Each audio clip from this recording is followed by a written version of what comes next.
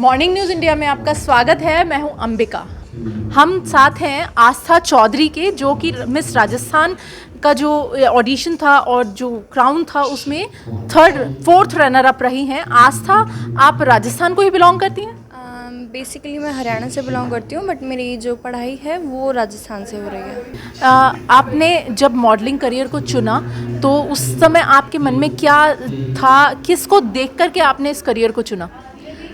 Inspiration तो आप ये लगा लीजिए हरनाज संधू, मतलब she is my inspiration very well.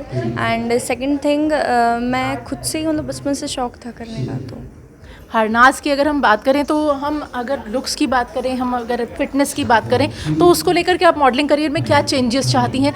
ज़रा सा भी अगर आपके अंदर फैट आ जाता है तो बहुत बेतहाशा आपको बॉडी फैट के लिए, बॉडी शेमिंग के लिए आपको टारगेट किया जाता है। उसको लेकर के क्या आप क्या चाहती हैं?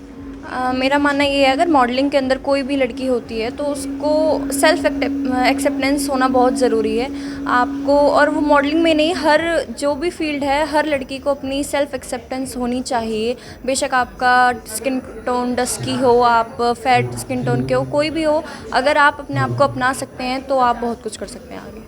आपको अपने आप को अपनाने की क्षमता होनी चाहिए। हमें सिर्फ अपने कलर को लेकर के या अपनी बॉडी को लेकर के कुछ भी सोचना नहीं चाहिए। अपने आप को एक्सेप्ट करना चाहिए और हम जो है उसको खूबसूरती के साथ में स्वीकार करना चाहिए। हरियाणा के अंदर पली बड़ी हैं और हरियाणा से जब आप राजस्थान में मिस राजस्थान के लिए जब आपने फ़ाइट किया तो आपने क्या देखा राजस्थान के अंदर और हरियाणा के अंदर क्या चेंजेस देखे आपने? हरियाणा और राजस्थान दोनों ही मेरे हिसाब से इक्वली ग्रोथ कर रहे हैं। बिकॉज सिक्योरिटी देखी जाए तो गवर्नमेंट जो हमें प्रोवाइड करवाती है हमारी सिक्योरिटी को लेकर, बहुत ज़्यादा इंश्योरेंस है उनको लेके, और लड़कियों को भी लेकर बहुत ज़्यादा सेफ्टी है। और दूसरा, मिस राजस्थान की जो ऑर्गेनाइजेशन है बहुत ज़्यादा सपोर्टिव है, तो कोई डर नहीं होता। राजस्थान में, हरियाणा में गर्ल्स सेफ्टी को लेकर के और गर्ल्स चाइल्ड को लेकर के आपने क्या चेंजेस देखे?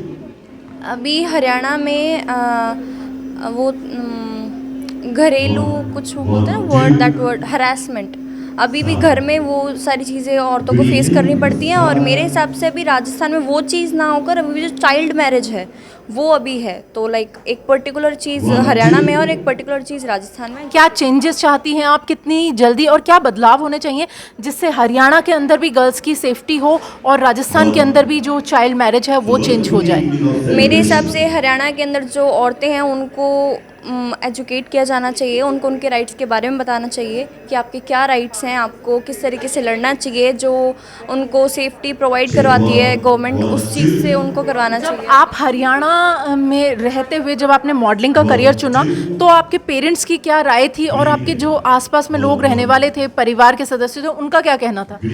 रिलेटिव्स तो कह ही नहीं सकते कुछ, बट या मेरे पेरेंट्स बहुत ज़्यादा सपोर्टिव हैं और उन्होंने ही सपोर्ट किया जब भी आज मैं यहाँ पर हूँ। मॉडलिंग का करियर जब आपने चुना तो मॉडलिंग के करियर के अंदर कई सारे अप्स एंड डाउन्स होते हैं। स्टेबिलिटी नहीं कही जाती मॉडलिंग के करियर के अंदर कि आप स्टेबल हैं, आप सेट हो गए। तो क्या कभी आपने ये भी सोचा कि नहीं, मुझे पढ़ाई की तरफ ज़्यादा ध्यान देना चाहिए और मॉडलिंग को एक साइड बाय अपनी पैशन के रूप में रखना चाहिए? नहीं, देखिए, पढ़ाई अपनी जगह है, मॉडलिंग अपनी जगह है। आप कुछ भी काम करें, पढ़ाई आपको करनी ज़रूरी है। तो मैं अपनी पढ़ाई को भी इक्वली रखती हूँ और अपने हॉबी को भी इक्वली। मैनेज कैसे करती हैं दोनों के बीच में आप टाइम? हो जाता है उसका कुछ पता नहीं, मतलब लाइक हो जाता है। जब मॉडलिंग के शूट्स के लिए आप जाती हैं, आप जब इस तरीके के ब्यूटी पेजेंट्स के अंदर शामिल होती हैं तो क्या आप सेफ्टी इश्यूज़ को लेकर के आप क्या चेंजेस चाहती हैं? क्या प्रॉपर आपको सेफ महसूस होता है किसी भी जगह जाने के बाद में?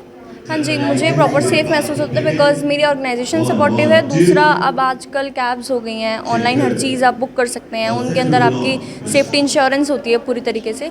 तो मुझे कोई मतलब इतना डर नहीं लगता। कभी कोई छेड़छाड़ या कास्टिंग काउच जैसा भी कुछ आपने महसूस किया अपने आसपास? नहीं, बिल्कुल भी नहीं। तो ऐसी चीज़ें कभी आपने महसूस नहीं की आस्था?